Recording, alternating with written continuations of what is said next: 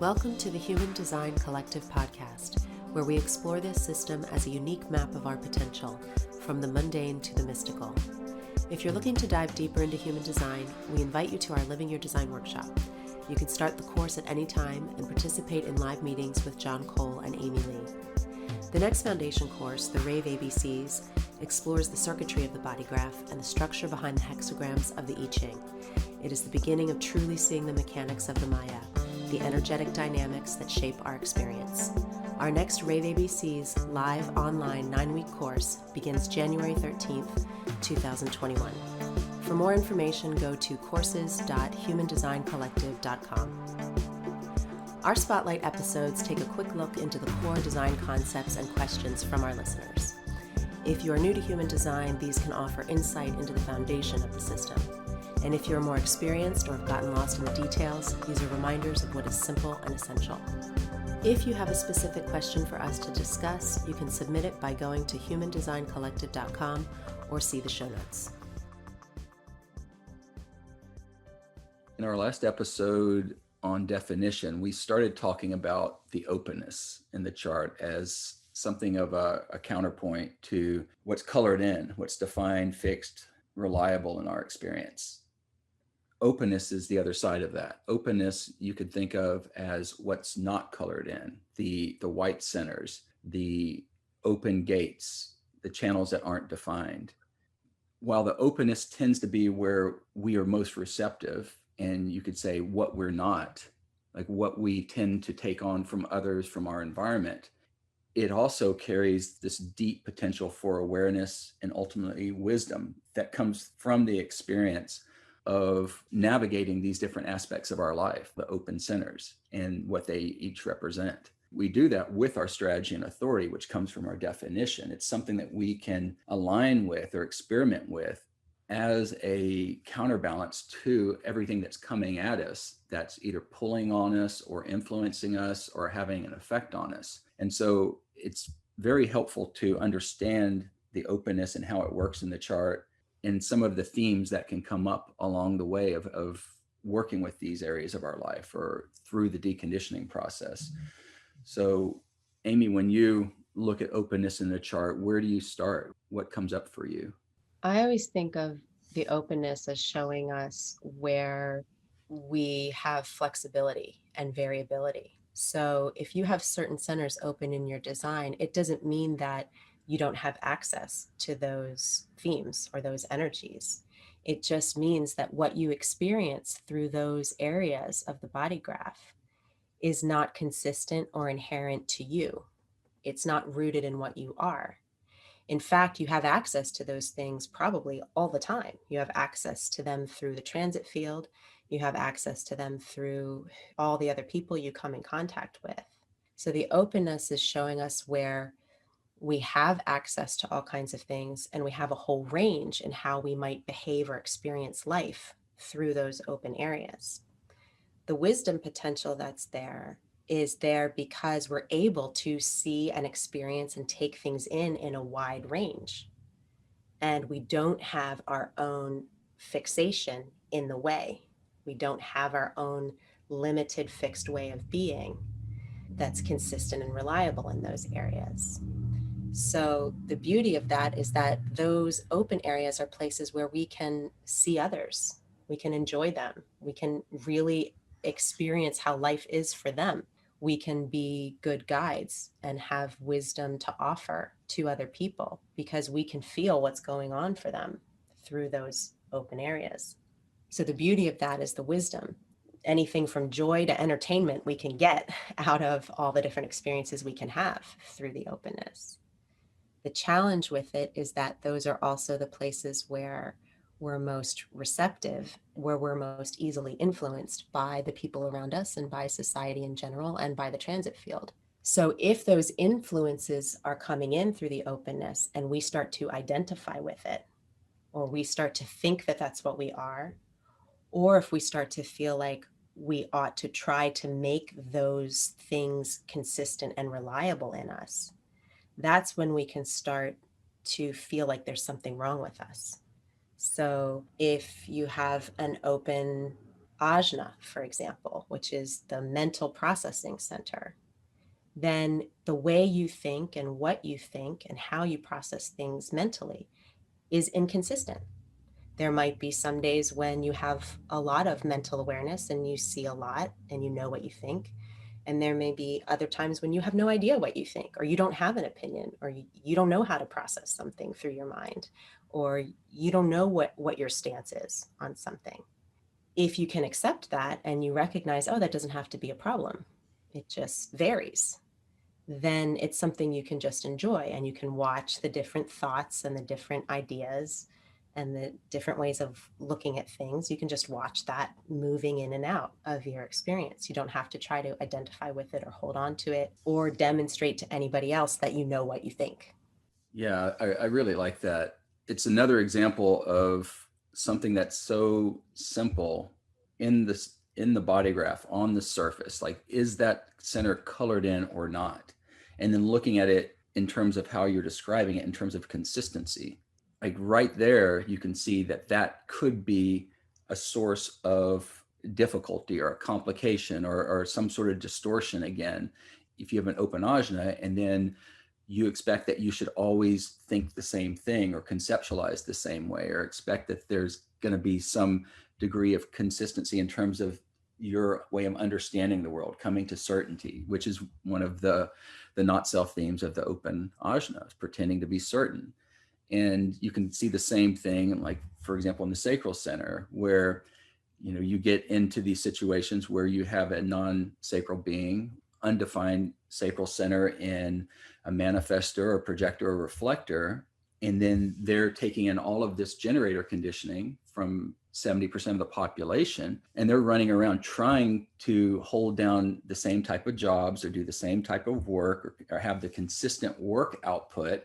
What happens? Well, eventually most people will realize that they can't sustain that. There's this expectation for a consistent energetic output that is simply not how they're built. And that can lead to all sorts of health issues, or you can feel like there's just something wrong with you. Like, why can't I do that?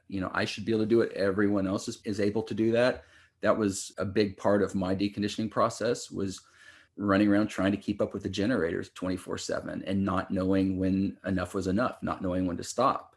Again, very simple concept or idea that can be very powerful at the same time. Yeah, I think this piece where we can all get caught at times in thinking that there's something wrong with us. The funny thing is, I can see it happen on both ends.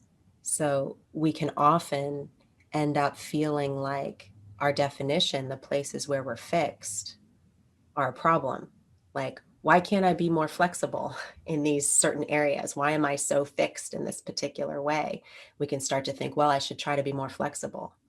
And then when we look at the openness, we can start to ask, well, why am I so inconsistent in these areas? I should try to be more reliable and more consistent. When we do that to ourselves, and I think most of us do that on both sides, we end up in a place where we think there's something wrong with our definition and we think there's something wrong with our openness. And we're trying to get them both to behave in the opposite ways. So part of what human design can do as a system and understanding our nature can do for us is to kind of clean all that up and just get to see, look, these are the places where you're fixed. These things aren't going to change. They're not going to be easy for other people to influence. It's just the way it is for you. So trust that, follow that, go with that. Mm-hmm. And then when we look at all this openness, you can say, look, these are the places where you can explore all different kinds of things. And it doesn't have to be a problem that you're inconsistent here. This is not your trip this lifetime to demonstrate that you're a sacral being who can work all the time. That's not what you're here for this time around. So when we clean all that up, it can just make things so much simpler. And the other thing I think it does is it makes us much more coherent to the people around us. Because when we have that kind of confusion or dissonance inside of us internally, then our energy, our frequency, what we are, is kind of muddled and twisted. It's distorted. Right. And people can feel that. It feels like there's something off here. So when we clean all that up, we see, here's what's fixed, here's what's open. then we know where to go to make our decisions. We know we can go to the definition to make our decisions. And we know what the potential wisdom and the potential vulnerability of the openness is for us. Yeah, it brings to mind this metaphor that I hear in human design sometimes of the definition represents the student of life. The open centers are the topics or the subjects of the classroom that the student is here to learn about, to study through their experimentation, through strategy and authority, going out into the world, having interactions with others. And like we were talking about in the last episode on definition, if we are anchored in our definition and an acceptance of what we are, and we're working with our strategy and authority, we can go into these areas of life. We can go explore our themes around willpower or self-worth or the material world of the open ego. Through that experience, we gain awareness. And then that's where these areas of life that may have previously been problematic become a deep source of wisdom for us, where we have experience in that area. We have awareness in that area. And like you had kind of pointed to earlier, there may even be the potential to work with and guide others in that way. So you have this like classic example of like projectors and generators. It's because of the open sacral center. If a projector has done their own work and they've cleaned all that up in terms of their own perception and awareness, that may allow them to see and understand how others are using their energy and whether it's efficient or not, or if there's a better way to do something or not. And so it's a really interesting dynamic that can happen between the definition and the openness through the deconditioning process if we're in alignment. So, if you're starting to work with or experiment with the openness in your design, one of the things you can play with is just to notice the variability in those areas. So, for example, if you have an open solar plexus, that means you don't have a consistent internal emotional chemistry that is a natural, reliable part of your experience. And if that area is open, you may find that on certain days or with certain people or in certain situations, there's a lot of feeling in your system. You may have a lot of emotions. You may feel a lot of things. And then other days in other situations or with other people, you may not feel much at all. You may not have a lot of emotional energy. It's just kind of absent. That's an area where if you're under pressure from other people saying, well, how do you feel? Where's your feeling? Where are your emotions about this? You may not know. Or you may just be reflecting other people's emotion and what's going on for them. Wherever you're playing with the openness in your design, part of the experiment is that whatever you're taking in, you can always take it back to your strategy and authority. So if, for example, you're a sacral generator and you get in a situation where there's a lot of emotional energy, you're having a lot of feelings about something, and you're trying to figure out, well, am I supposed to do something with this? What do I do with this emotion? How do I really feel?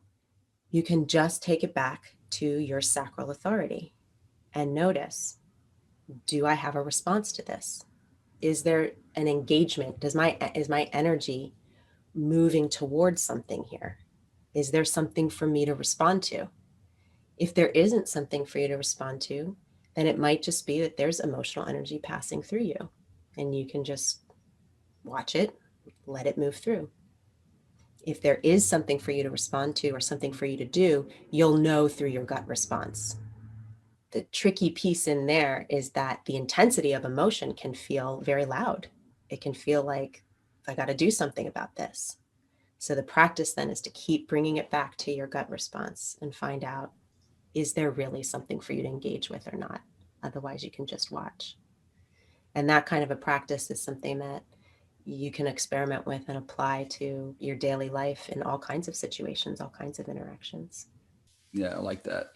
There's another thing that comes up for me, which is more of a technical note, but if you're looking at your body graph and you see white centers, but you have activated gates in those centers, it's an interesting situation that's referred to as having a dormant potential. You can kind of think of these activations in the open centers where there's a part of you, you could say it's still your definition in a sense, in that it's a characteristic or an imprinting that you carry, but it's in an open center. It's in an inconsistent area or place for us.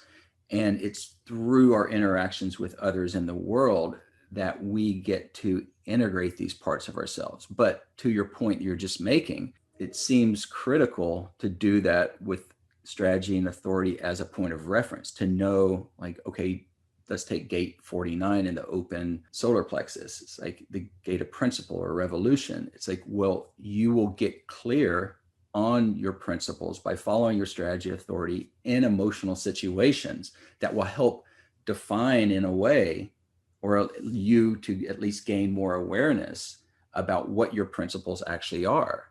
But don't expect that to be something that's always going to be there. It's going back to that consistency theme. It's going to require that you go out into the world and you have certain experiences, and we have strategy and authority as a point of reference for that. Yeah. This is where I think it can be such a gift when we understand our own nature and when we see it in other people, because we can really come to a place of much greater ease and acceptance with what comes naturally to each of us. And when we do that, it kind of lets everyone off the hook. It just can open things up and create a lot more relaxation and relief for everyone. And just being able to say, see, oh, this is how I operate. Oh, and this is how I get really affected by the people around me or what's happening around me. And it's very different for somebody else. It's also, I mean, I can say as a mental projector, I've had many times of seeing or experiencing energies in other people and feeling so envious, feeling like, oh my gosh, they have this consistency in them in terms of their energy or their passion or their will or their productivity. And before I really understood my own design, I often felt like I was inadequate in some way, or I was deficient.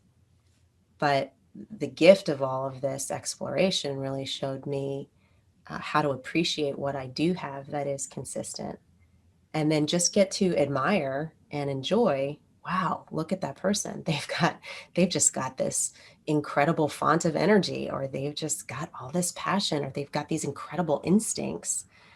And I can just admire that and not feel like it means anything about me. Yeah.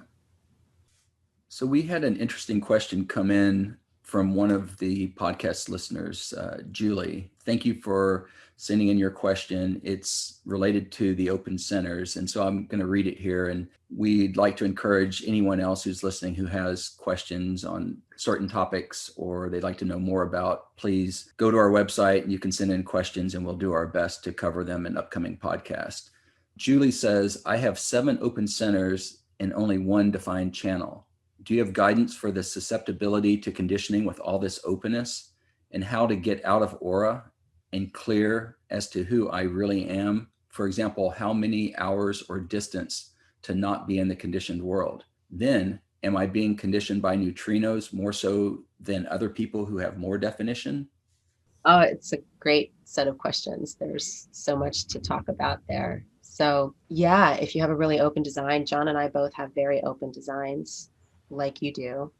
So, this question of what's the guidance for this receptivity and sensitivity that we have, I would say in one way, it shows that when you have a really open design, it shows that in relationship, there's a lot of exchange and interdependence going on.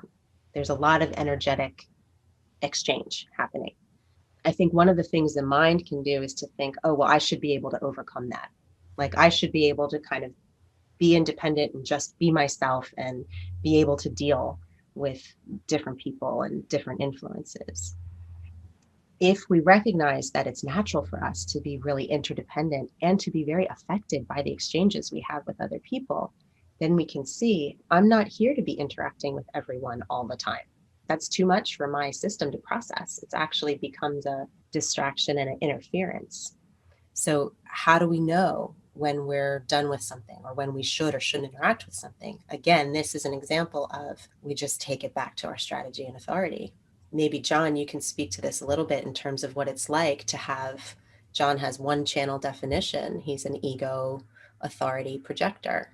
So, how does that authority inform your experience of conditioning and how much time to spend in different conditioning fields? The first thing for me is the realization, as you're saying, that conditioning or openness is not a problem in itself.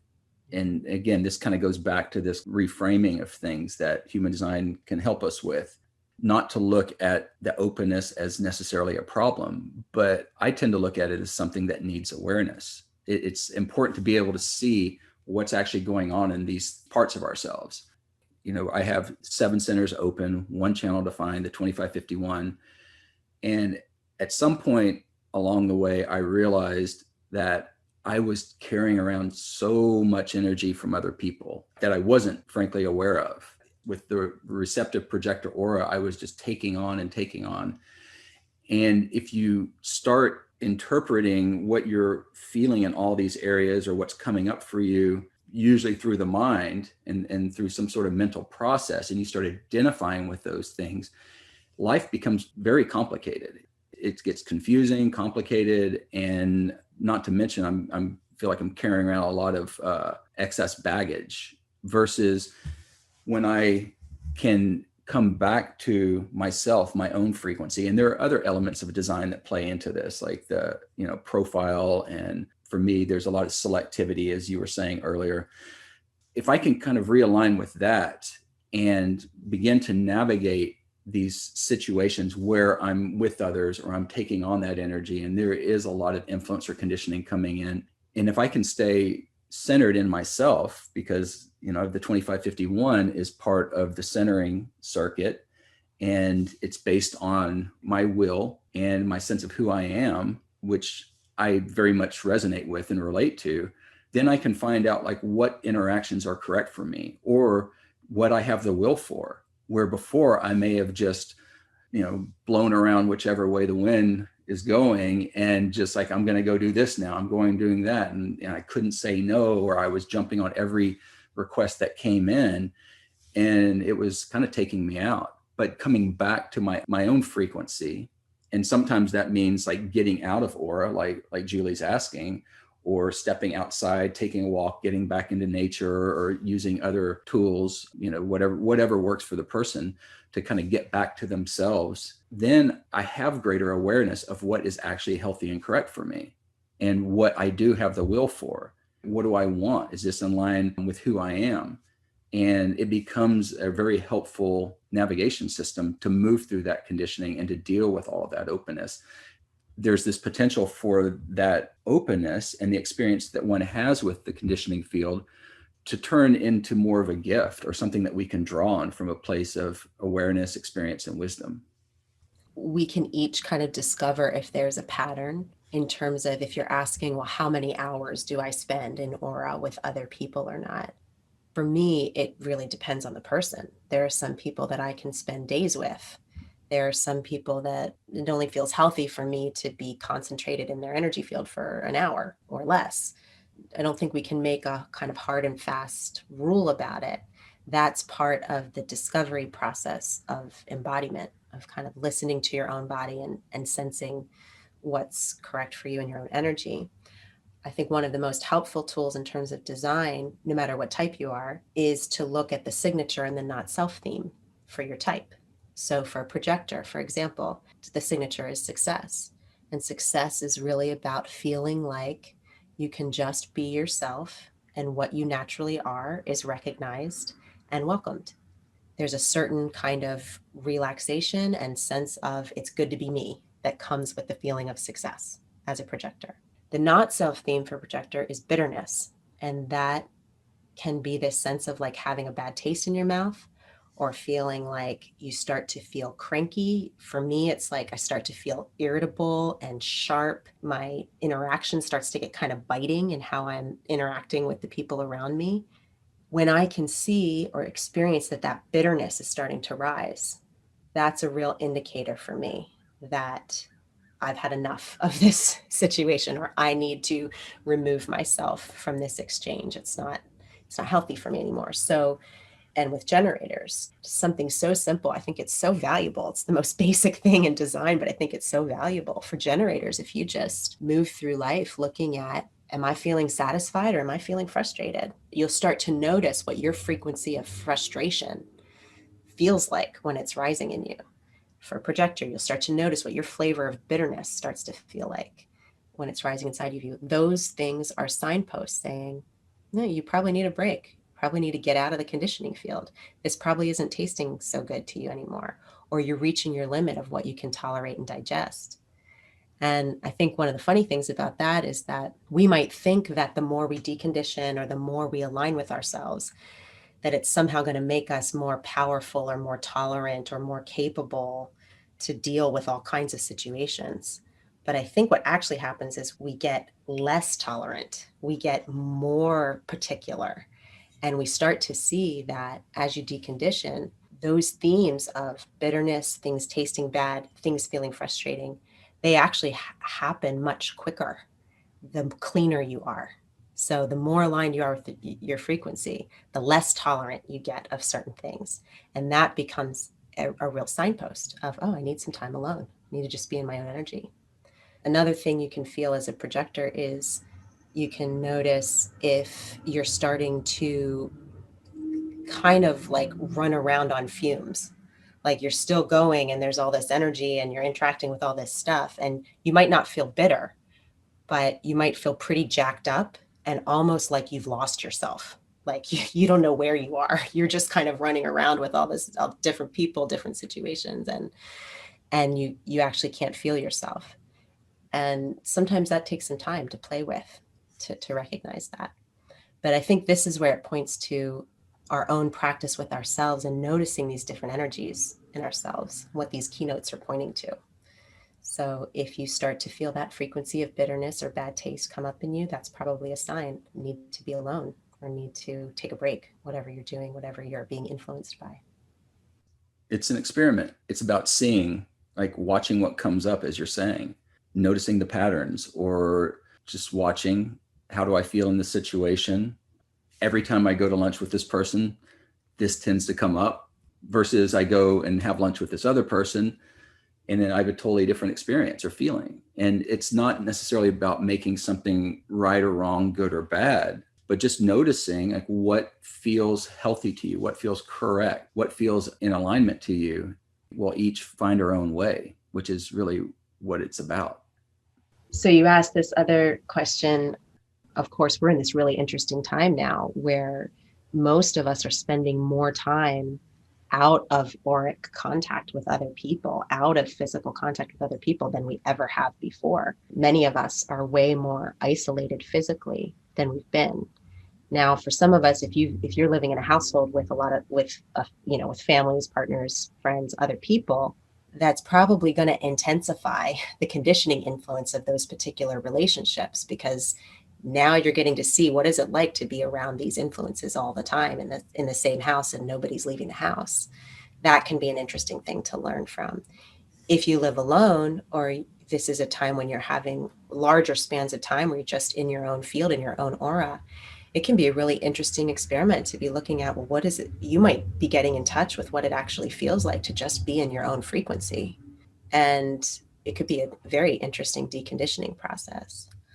I have found personally that as a projector, it took a while for me to be able to really sense and feel the transit field. So when you're talking about the neutrinos and the influence of the transits or what's happening through those cosmic influences, it took me a long time to be able to feel those because the interpersonal energies were so loud and so strong and so constant. I think it probably took me, 5 to 7 years to be even able to sense into the effects of the transits. And so, yes, in my experience, I would say if you are spending a lot more time alone, you would probably find that you have more sensitivity or more of a sense of awareness about the transit field and what's coming in. And you'd probably also notice that those effects also feel very different than if you're having a 3-hour conversation with an emotional generator, as a very open projector. So this could be a very interesting time to be experimenting with that and just noticing what you feel, what you experience.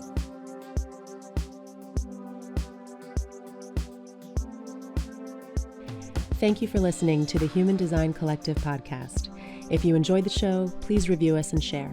For more information about us and to connect with others on this experimental journey, please visit us at humandesigncollective.com. You can also learn more by exploring our course and workshop offerings at courses.humandesigncollective.com.